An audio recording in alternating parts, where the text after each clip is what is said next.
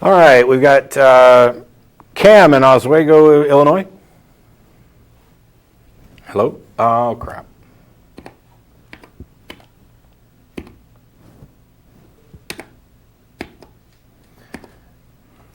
Something's up with the box here.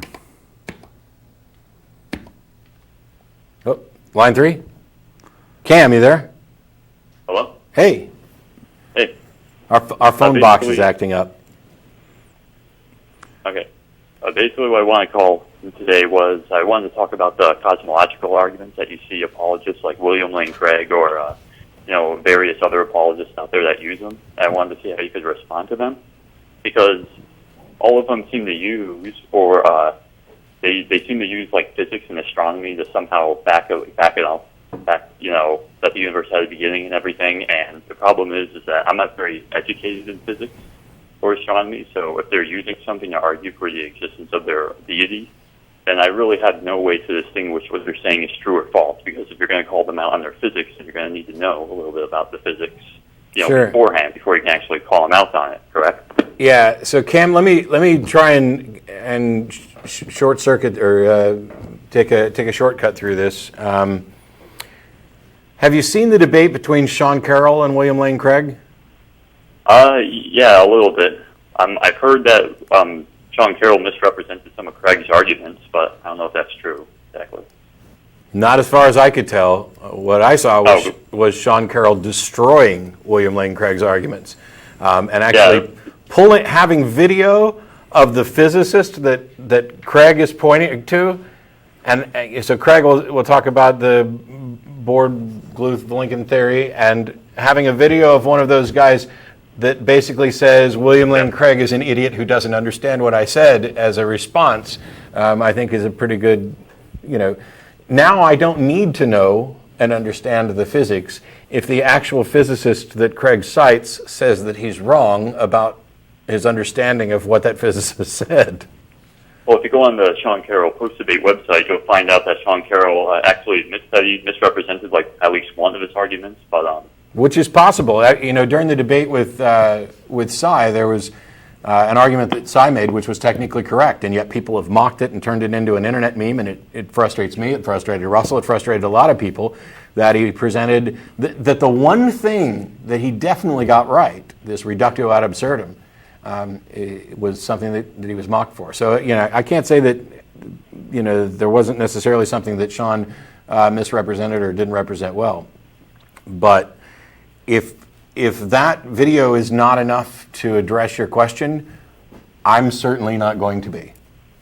Well, you may be able to address this. Okay. This is an argument I got off the internet from YouTube.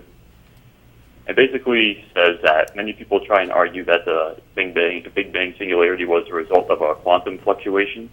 However, for a quantum fluctuation to happen, there would need to be space and time required in order for that fluctuation to take place itself. And modern science says that time space began after the expansion of the Big Bang Singularity, so therefore there was none of that before, and ergo, therefore, it couldn't be a natural cause. One of the arguments.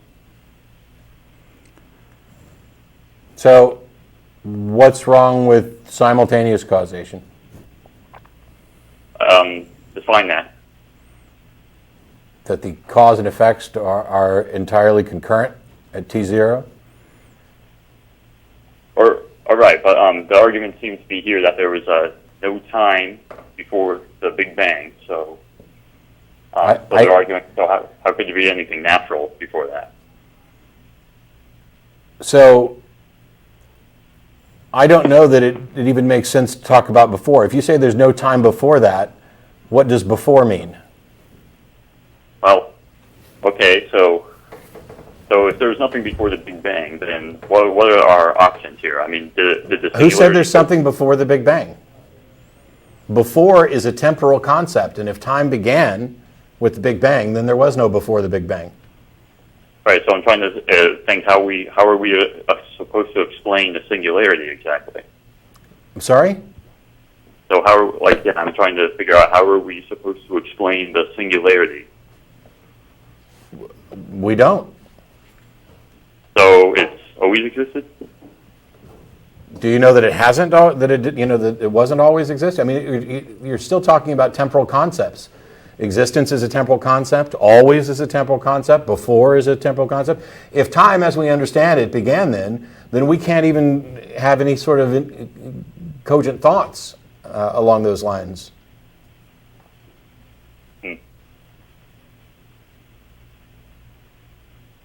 All right, so we can't talk about time before, and we don't have to explain where how the singularity came to be. Well, it would be nice if we had an explanation, a thorough understanding of the origins of the universe, but we don't. Now, that doesn't put us in a position where all of a sudden gods become more plausible, does it? Nope. That's just an argument from ignorance, ultimately, just sort of couched in a lot of physics-sounding terms, but it's we can't figure out how this happened, therefore God. That's the way I see it. It's frustrating that we don't have a better understanding and a better explanation, but that's why we continue to search for a better understanding and a better explanation. But simply saying the objections, this is what we get. We see this with regard to creationism versus evolution. Creationism doesn't offer any evidence for its proposition that there is a God who created everything. Instead, it tries to find things in evolution that it either considers to be flaws, which aren't, or that evolution hasn't explained yet, as if we are claiming that we have a complete understanding of the entire biological history of the universe. That's just bizarre.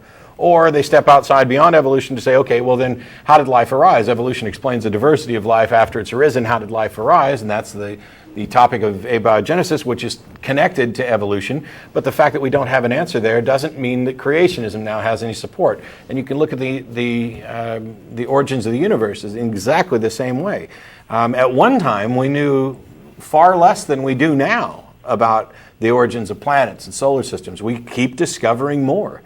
And the fact that we don't have an explanation when a theist says, well, what was before? I don't know. And as far as I can tell, neither do you. And if you do claim that you know what was before, or that there was a before, or that before even makes sense, you need to actually demonstrate that and present positive evidence for your proposition. It's not a rebuttal of my position to point out that I don't know something unless you can demonstrate that you do. Right, but don't you think that there is an explanation to the singularity origins that we just don't know? That you could agree to that? Do I think that there's an explanation that we just don't know? Yeah, for the singularity. Sure. Okay, so, and you think that's natural, right? What do you mean by natural? Not supernatural. Sure, I don't have any, the question isn't, is it natural? It's, is there any reason to think that it's supernatural? And given that we have no demonstration that there's ever been anything supernatural, or that there ever could be anything supernatural, and because science is limited in its ability to investigate to the natural world, then the presumption is that it's natural until such time as somebody demonstrates it's supernatural. You don't get to just claim that it's possible or likely that there's a supernatural explanation just because we don't have a natural one. Okay, so let's say there was an argument out there that proved that there was something supernatural for the origins of the universe. Okay? How could that argument exist? I don't know, probably metaphysical assumptions and whatnot, but let's just say, hypothetically, that there existed an argument that proved the existence of some kind of deity. Okay? So we're going to begin by assuming that there is an argument supported by evidence that proves that there's some kind of supernatural deity. No. This is just a hypothetical situation. I'm not interested in the hypotheticals. But wouldn't that be a Nobel Prize winner? If you could come up with proof of God, yes. Yeah, it would. Yeah, see, I brought up that point earlier to someone on YouTube, and they said that, well, you simply don't collect Nobel Prizes. You know, they're just purely subjective, and Obama won like the Nobel Prize Peace Award, so it has like no determination what is truth, and you just don't collect the Nobel Prize for that, for metaphysics, and I'm thinking that's absurd, because, I mean, come on, we're talking about like one of the biggest mysteries here. I mean, don't you think somebody would win a Nobel Prize for explaining this? I think if somebody could actually demonstrate that a God existed, and that it was, for example, let's go with a specific God. If someone were able to demonstrate that the Christian God exists to the same degree that, for example, other Nobel Prize winners have demonstrated the truth of their propositions, I don't think they'd win a Nobel Prize. I think they'd win every Nobel Prize. I think the Nobel Committee would get together and say, wow, this is so big, this is so amazing, you're getting the prize for physics and peace and poetry and everything. You would get them all. But I don't see any reason to think that's likely to ever happen, and it certainly hasn't yet. Now, and just one other topic. It's kind of a little off topic, but it's about your debate and the William Lane Craig. It's what? Okay, this is. I want to ask you another thing. It's about the debate you do and William Lane Craig. Sure.